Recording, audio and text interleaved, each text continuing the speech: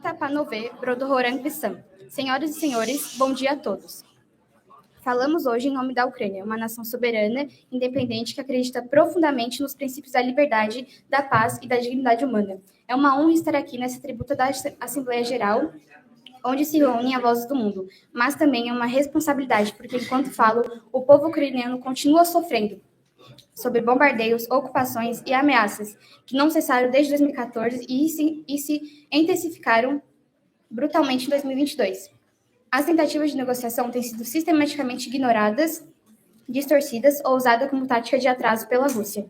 Nossos esforços diplomáticos em fóruns internacionais, em reuniões multilaterais, em acordos como o de Minsk, foram sabotados pela insistência russa em uma paz que significaria, na prática, a nossa rendição. Enfrentamos dificuldades imensas. A destruição de cidades, o deslocamento de milhões de pessoas e uma guerra híbrida que mistura violência militar, propaganda e chantagem. E ainda assim, permanecemos firmes.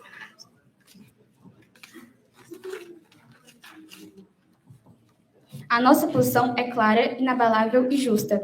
A paz só será possível com a restauração completa da nossa integridade territorial, o fim da ocupação russa, a responsabilização pelos crimes de guerra e a garantia de que essa agressão nunca mais se repetirá. Rejeitamos qualquer solução que imponha à Ucrânia concessões ilegítimas. A paz imposta por quem carrega armas não é paz, é silêncio forçado. Nós nos mantemos ativos junto à comunidade internacional. Participamos de sanções coordenadas, promovemos denúncias formais junto ao Tribunal Penal Internacional. Aderimos aos princípios das Nações Unidas e da Carta de Paris. Organizamos a Cúpula da Fórmula de Paz, proposta em 10 pontos, com apoio crescente de dezenas de países comprometidos com a justiça. A Ucrânia não está isolada, estamos do lado certo da história. Nossa expectativa é que essa Assembleia, composta por estados que um dia também lutaram por sua soberania, não feche os olhos diante de agressão. Pedimos medidas claras, fortalecimento das sanções, exclusão da Rússia de fóruns onde ela busca legitimar sua narrativa, apoio humanitário e militar contínuo à Ucrânia. Apelamos para que essa Assembleia não seja um palco para discursos vazios, mas um instrumento real de defesa da ordem internacional. A neutralidade diante do mal não é equilíbrio, é omissão. O fim da guerra virá, mas que venha com justiça, não com imposição, com tribunais, não com impunidade, com reconstrução, não com esquecimento. E que fique claro, nós não estamos lutando sozinhos apenas por nós. Estamos lutando por um mundo onde a soberania é respeitada e a paz é construída sobre a verdade. E quando esse dia chegar, e ele chegará, o mundo saberá que a liberdade venceu.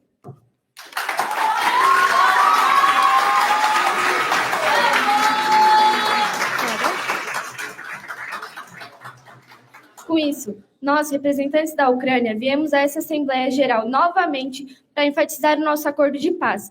Nós propomos retiradas gradual das tropas com segurança para ambos os lados, criação de uma zona desmilitarizada monitorada, fundo internacional com apoio russo e internacional para reconstrução, retomada comercial em áreas-chave, investigações justas e mútuas de crimes de guerra, respeito às fronteiras reconhecidas e diálogo diplomático permanente para evitar novos conflitos.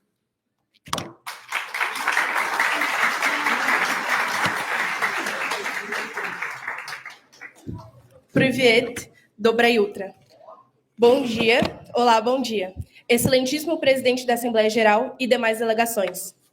A Federação Russa comparece diante dessa Assembleia com o firme propósito de reafirmar seu compromisso com a construção de um mundo multipolar, baseado na justiça, no respeito entre os povos, na soberania plena dos Estados, que consagra a igualdade soberana entre todos os membros e a não intervenção nos assuntos internos de qualquer Estado. Privet. Membros dessa Assembleia, ao longo de sua história, a Rússia tem se posicionado como defensora da estabilidade regional e da autodeterminação dos povos, derrotando hegemonias como o nazifascismo do século XX e imposições ideológicas. Acredita que a segurança internacional depende do diálogo sincero entre as nações, da rejeição de alianças militares que desequilibrem a ordem global, destacando a importância de negociações multilaterais que incluam todas as vozes da comunidade internacional. Mantemos laços históricos com diversos povos, inclusive com a Ucrânia, com quem compartilhamos laços profundos de cultura e história. Entretanto, reafirmamos que a autodeterminação dos povos e a proteção de minorias são princípios fundamentais que devem ser respeitados sem interferência externa, como prevê o Pacto Internacional sobre os Direitos Civis e Políticos, que garante os direitos de minorias étnicas, linguísticas e religiosas. Como Estado soberano, membro permanente do Conselho de Segurança da ONU, a Rússia tem buscado agir com responsabilidade, enfrentando os desafios globais como a segurança energética, a luta contra o extremismo e a proteção do direito internacional. Nosso desejo é que a operação militar especial atual não se torne pretexto para uma escalada retórica bélica, mas sim uma oportunidade para construirmos pontes e atualizarmos os mecanismos de paz com base no respeito mútuo, no diálogo direto e na multipolaridade. A Federação Russa propõe para o avanço diplomático entre as nações envolvidas a garantia de neutralidade e segurança mútua entre todos os países do leste europeu, de acordo com o princípio de segurança indivisível e estabelecido no Ato Final de Helsinki de 1975, que afirma o seguinte: a segurança de um Estado não deve vir à custa de outro. Muito obrigado.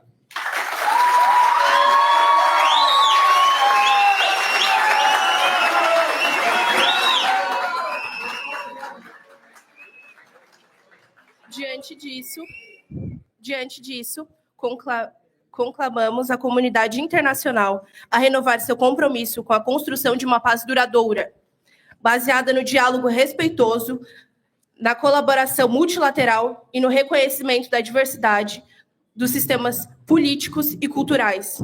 Somente por meios de esforços conjuntos, respeito à soberania dos Estados e mecanismo de entendimento mútuo, será possível encerrar o atual ciclo de confrontos e restaurar a estabilidade regional e global.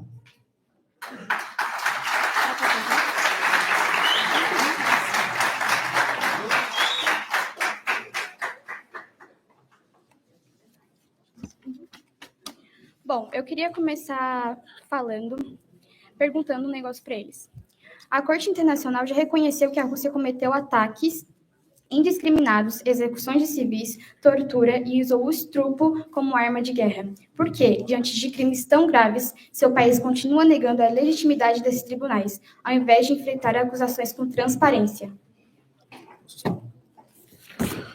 Bom, eu queria começar falando que os ataques aos civis não são diretamente direcionados aos civis, pois nós temos provas que a Ucrânia ela faz uso de instituições escolares e hospitais como base de apoio militares, escondendo seus soldados atrás de crianças e pacientes indefesos, usando-os de escudo humano. Como a pesquisa oficial Amnesty International alega, soldados ucranianos estabeleceram bases militares em escolas e hospitais em cerca de 19 cidades e vilarejos, nas regiões de Donbass, Kharkiv e Mykolaiv. 29 escolas foram visitadas por pesquisadores que mostraram sinais de uso militar, como uniformes, munições descartadas, veículos blindados e rações de combate. A gente tem aqui a pesquisa, caso vocês queiram ver, ok? A gente não tem medo de mostrar a verdade.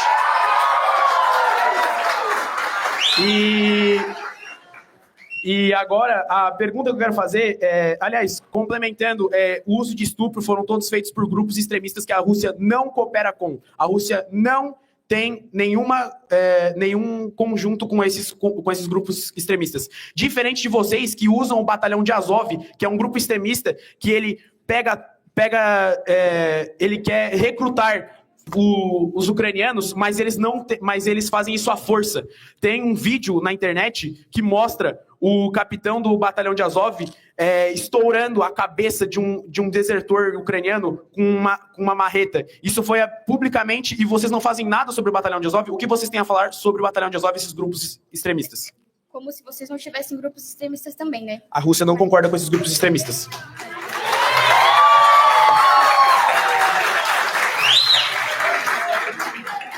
Respondendo a sua pergunta, os grupos de Azov foram transformados em pretexto. Sim, existiram grupos voluntários com a ideologia radical, como o Batalhão Azov, criado durante a emergência de 2014. A maioria desses grupos foi incorporada, regulada e gerida dentro das forças oficiais, e o governo ucraniano nunca, jamais, promoveu política de ódio radical ou autoritarismo, ao contrário da Rússia, que persegue minorias, censura a oposição e manda envenenar dissidentes.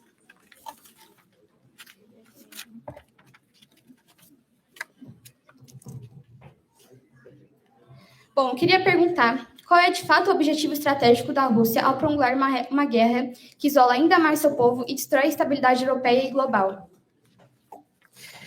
Primeiramente, que a gente não reconhece isso nem como uma guerra, né?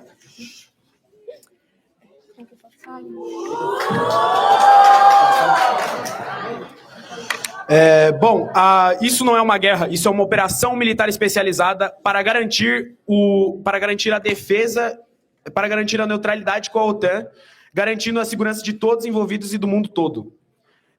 Vocês não aceitam que a Rússia esteja novamente fazendo o que o Ocidente recusa se fazer, que é proteger a estabilidade global. Nós estamos protegendo a estabilidade global, que não aconteceria caso vocês entrem na OTAN. Então eu vou mostrar para vocês uma imagem de um homem de família ucraniano sendo arrastado à força por militares ucranianos para o meio do problema que vocês geraram. O problema é que o reflexo de um país que força seus próprios cidadãos para a fronte de um conflito que se recusa a resolver, pois a Rússia já está há muito tempo afirmando que a Ucrânia deve fazer uma proposta de cessar-fogo para ser discutida entre os nossos países. Que essas propostas são inaceitáveis, Eu não terminei. né?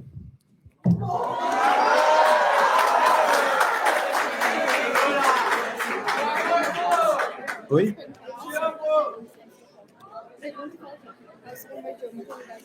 Aliás, muitas propostas feitas não foram cumpridas pela parte de vocês, ok? Então, o Ocidente se recusa a fazer essa proteção da estabilidade global. E então eu pergunto para vocês, isso é medo da paz ou é ódio aos russos mesmo? Porque do jeito que vocês agem, parece que vocês preferem ver o próprio povo sangrar do que admitir que Moscou tem razão.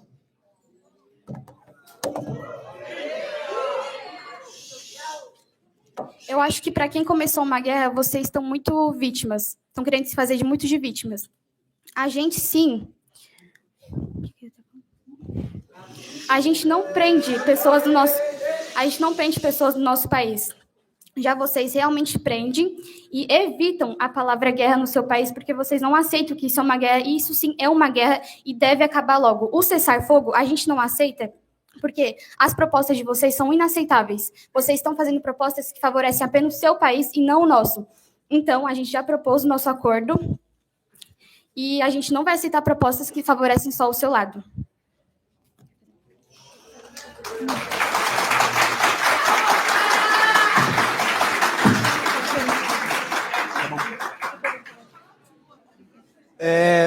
Eu quero falar aqui, então, que... É delas?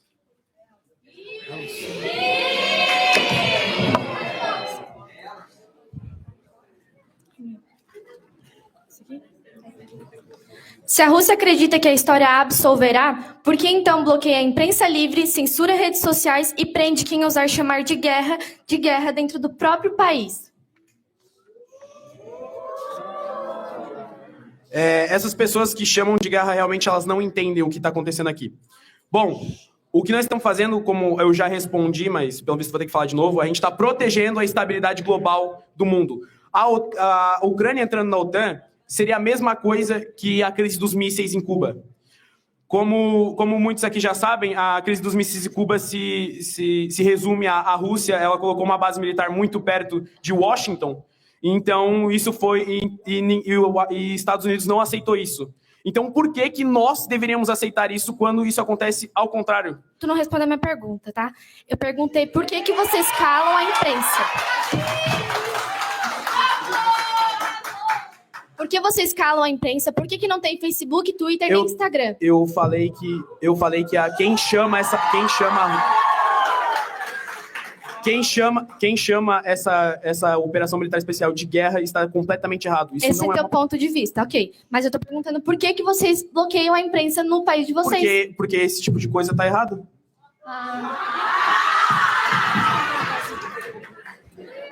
As informações tiradas por nós foram da TASS. Ela é uma imprensa da Rússia.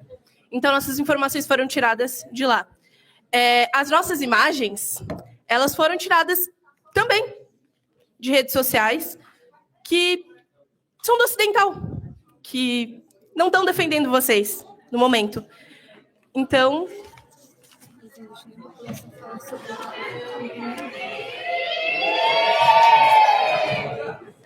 Já que eles mostram tantas fotos, eu queria mostrar essa foto aqui, que foi um ataque russo em um hospital infantil e tinha 5 crianças dentro.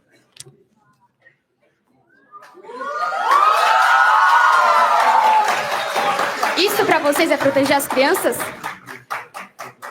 Eu vou repetir novamente o que eu havia dito, que a Ucrânia ela faz uso de instituições escolares e hospitais como base de apoio militar. Nós não estamos atacando crianças, nós estamos apenas atacando os soldados deles, que eles escondem atrás de crianças e pacientes doentes, como o próprio escudo humano. Eles estão usando o próprio povo de escudo humano. É basicamente isso. Eu queria fazer uma pergunta. Eu quero saber por que a Rússia acha que tem direito sobre a soberania ucrânia de não deixar a gente entrar na OTAN. A gente é um país soberano e pode escolher as nossas próprias alianças. E eu acho que vocês não têm esse direito de escolher com quem a gente vai fazer alianças e aonde a gente vai entrar ou não.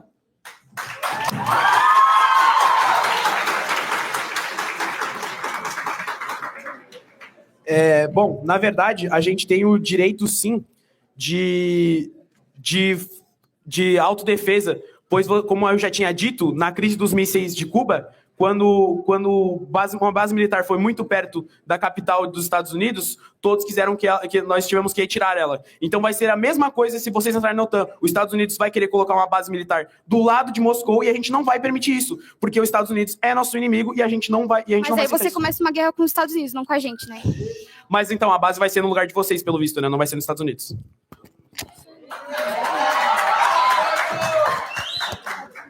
Ah.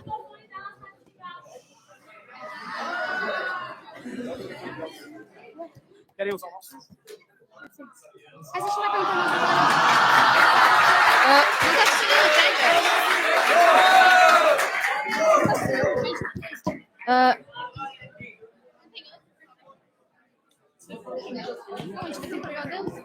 Vamos fazer a pergunta? Pode perguntar? Pode fazer. Agora eu pergunto para vocês. Até quando a Ucrânia vai fingir que essa guerra é só por liberdade, quando claramente é também um jogo de poder? E por que vocês não têm coragem de aceitar que o caminho mais honesto para encerrar o sofrimento do povo é sentar à mesa, abandonar a farda e negociar a paz? Ou será que vocês preferem continuar sacrificando civis enquanto acusam Moscou de tudo, apenas para agradar Washington? Bom, como você falou, a palavra guerra, e é o que realmente é, uma guerra, não uma operação militar. E a gente tenta, sim, a gente faz muitos fóruns internacionais para tentar o cessar-fogo e acabar com essa guerra, mas como eu já falei, vocês também não cooperam, várias vezes vocês não comparecem às reuniões, então realmente não tem como a gente fazer um acordo, sendo que vocês não querem esse acordo.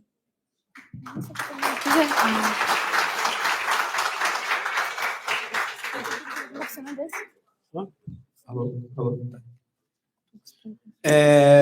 A pergunta... Você vai fazer a pergunta? Agora a gente vai. Tem que finalizar.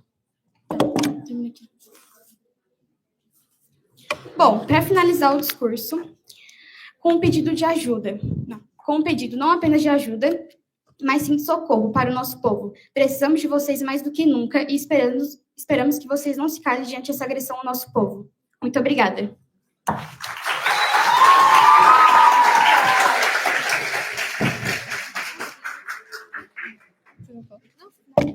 Quem busca paz com armas nas mãos não busca paz, busca vantagem. A Rússia propôs diálogo diversas vezes e a Ucrânia escolheu os tanques todas as vezes.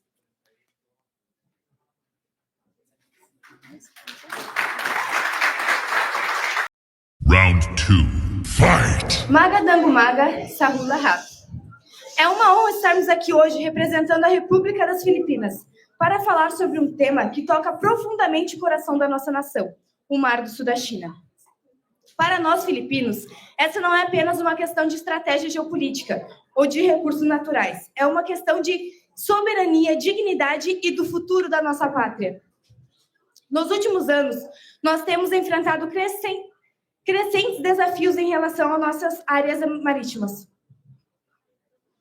legítimas, devido às reivindicações expansivas da China. Essa disputa não é apenas um conflito territorial, é um embate entre direito internacional e as ambições de poder. A China fundamenta suas reivindicações da vaga historicamente questionável, linha das 9 raias, ou linha dos 9 traços. Uma demarcação unilateral que abrange vastas extensões do mar sul da China, ignorando as zonas econômicas exclusivas de outras nações. Essas linhas não possuem base de direito internacional moderno e amplamente rejeitada pela comunidade global. A UNCLOS, por outro lado, é clara. Um Estado costeiro tem direito soberano sobre suas EE. 200 milhas náuticas inclui a exploração e o uso de recursos naturais. As ilhas e recifes que reivindicamos estão inequivocamente dentro da ZEE filipina, conforme estabelecido pela Convenção. Parte de um pensamento lógico, que é interesse chinês, se baseia do fato de que o Mar do Sul da China é estimado como uma região com vastas reservas inexploradas de petróleo e gás natural. Estima-se que existem bilhões de barris de petróleo e trilhões de metros cúbicos de gás natural em seu leito marinho, tornando-o um alvo valioso para a segurança energética de qualquer país. Além disso, a região é um dos maiores e mais produtivos pesqueiros do mundo. O acesso e o controle sobre estas águas significam a garantia de recursos alimentares vitais para as populações costeiras, especialmente para as nossas nações, onde a pesca é uma parte crucial da economia da subsistência local. Estamos comprometidos em trabalhar em nossos parceiros e aliados na nossa região e em todo o mundo, para defender a ordem baseada em regras, a liberdade da navegação e a resolução pacífica de disputas. Acreditamos que a estabilidade e a prosperidade do mar da China Meridional são cruciais, não apenas para a nossa nação, mas para toda a comunidade internacional. As Filipinas defenderão seus direitos, protegerão seus interesses e promoverão a paz e a estabilidade na região, sempre guiadas pelos princípios do direito internacional. Maralan Mag Salak.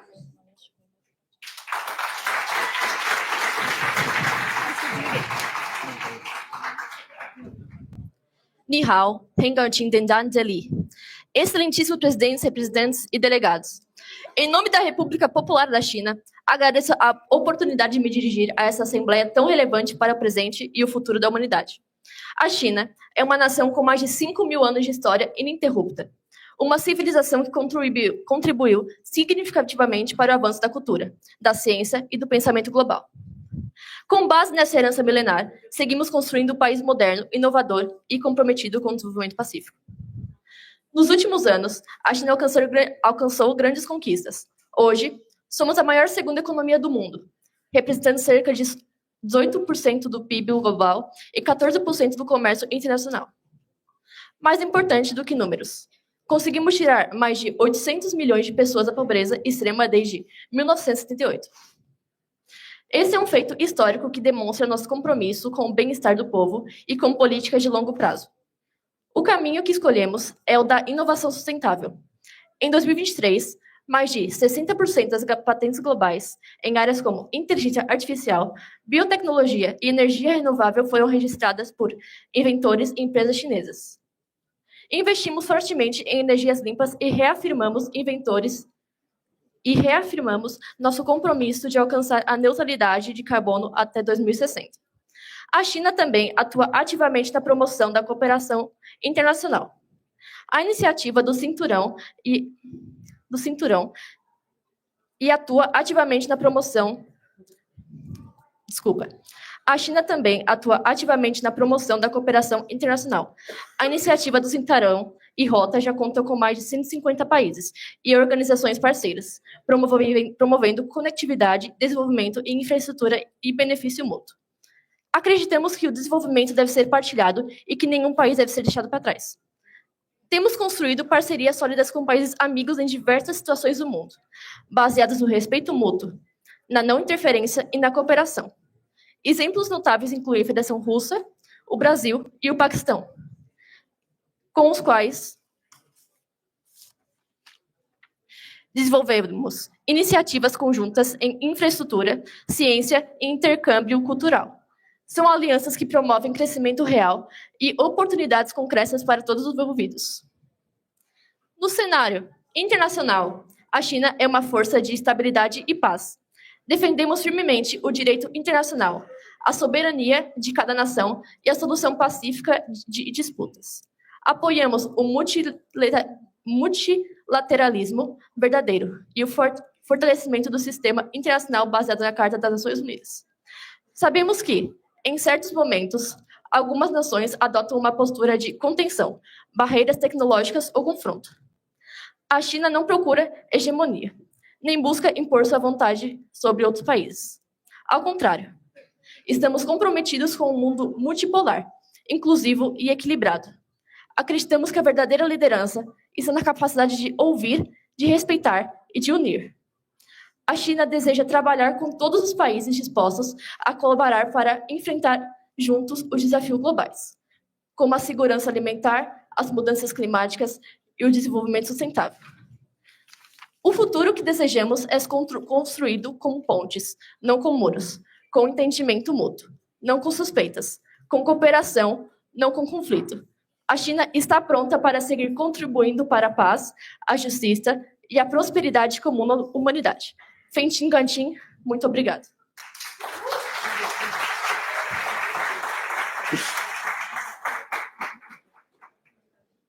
Bom, o tribunal concluiu que a China violou a Zona Econômica Exclusiva das Filipinas ao interferir nas atividades pesqueiras e de exploração de petróleo em áreas como Red Bank e Second Thomas Shoal.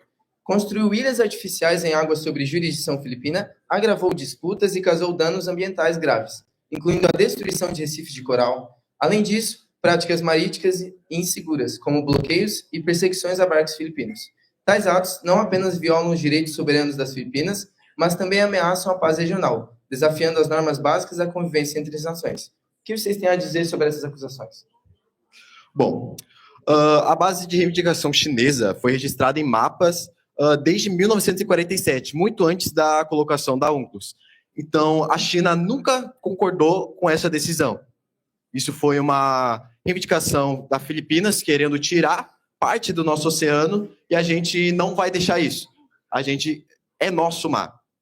E a gente não vai abrir mão disso. Respondida a pergunta.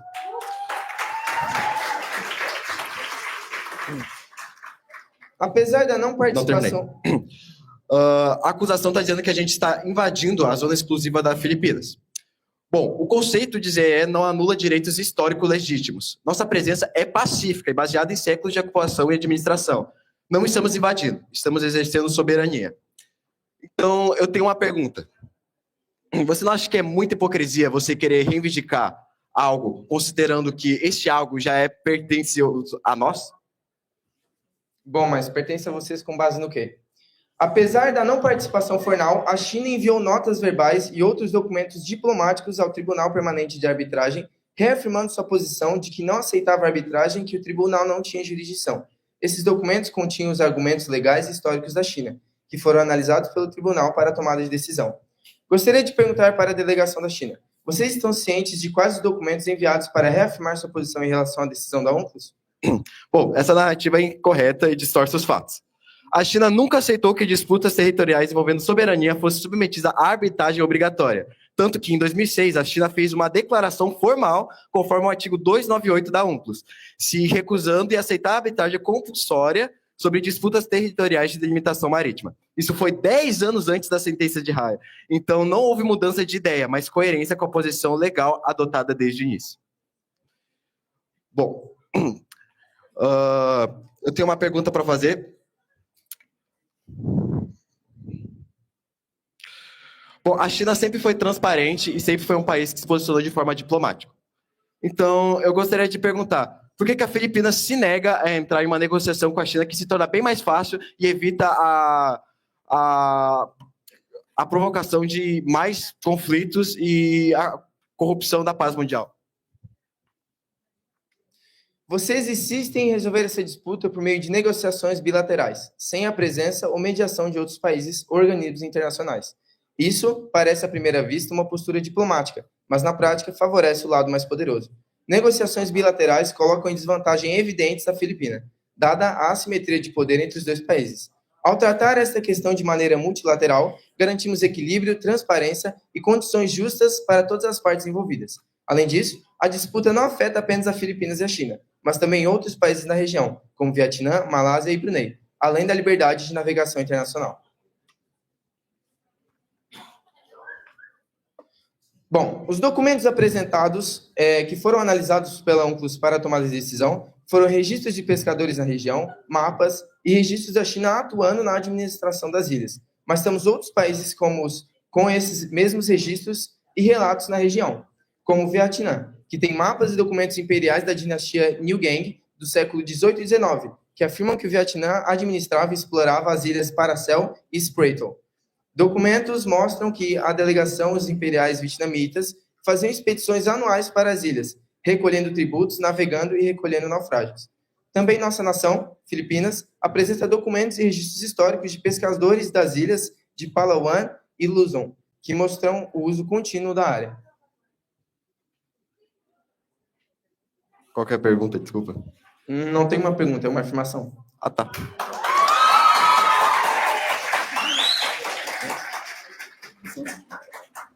Bom. Tá bom, então posso fazer uma pergunta? A quem realmente interessa o litígio de ser internacionalizado? A paz na região ou a potências de fora do Sudeste Asiático? Sua afirmação é baseada em teorias. Atualmente, a China reivindica a vasta maioria do Mar do Sul da China Meridional por meio da sua linha de 9 traços, que abrange cerca de 80% a 90% da área total do mar. Essa linha se estende muito além das suas zonas econômicas exclusivas, a plataformas continentais, chegando muito perto das costas de países vizinhos.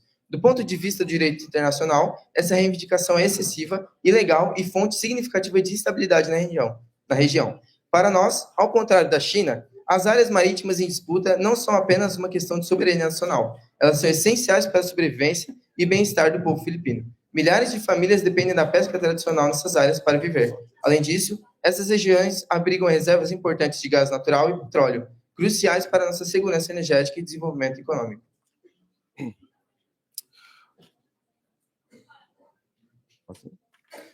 Além da falta de base legal, outros países e impérios como Vietnã, Malásia, Indonésia, Tailândia, Portugal e Espanha e Holanda tiveram uma presença significativa na região. As reivindicações da China referentes a esses territórios sobrepõem as necessidades de outros países, expondo uma nação egoísta e gananciosa, que usa de desculpas para se apropriar de recursos.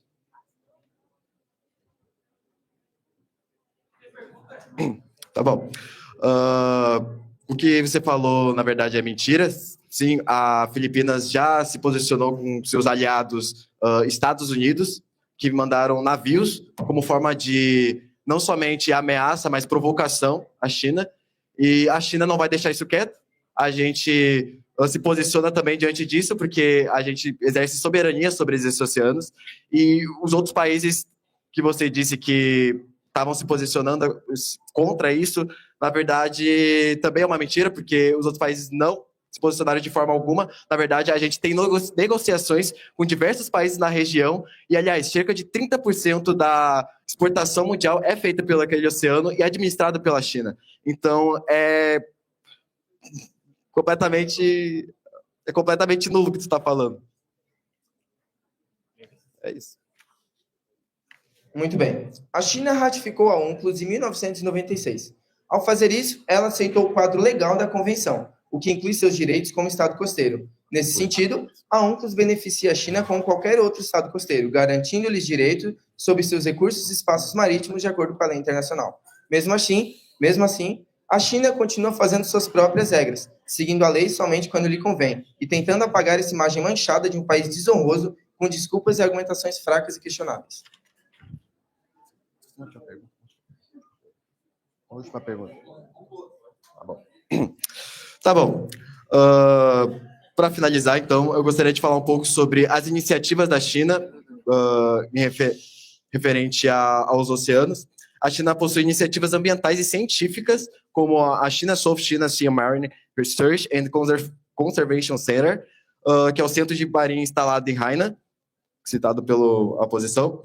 O Programa Nacional de Restauro de Recifes, que funciona desde os anos 2000, e diversos outros que promovem o cuidado dos oceanos. O que a Filipinas é bem fraca nessa questão, já que ela enfrenta problemas sérios de poluição marítima, especialmente em Manila Bay. Ela possui baixa fiscalização ambiental e falta de estrutura para a pesca predatória. E relatos da ASAN, Centro de Biodiversity, já apontaram a fragilidade da gestão costeira das Filipinas. Então, é irresponsável entregar uma área mais sensível do planeta a um país que não consegue cuidar nem da sua própria costa. É isso. Bom, para finalizar, eu gostaria de ressaltar a importância das organizações mundiais. É importante ressaltar que no cenário geopolítico atual, a convivência entre as nações é regida por acordos e órgãos internacionais, como a UNCLOS, cujo objetivo é preservar a paz mundial e garantir justiça entre os Estados. Ignorar ou invalidar suas decisões com base apenas em interesses próprios representa não apenas uma ameaça à ordem jurídica internacional, mas também um perigoso precedente para que enfraquece a credibilidade de todo o sistema que busca equilibrar poder e direito.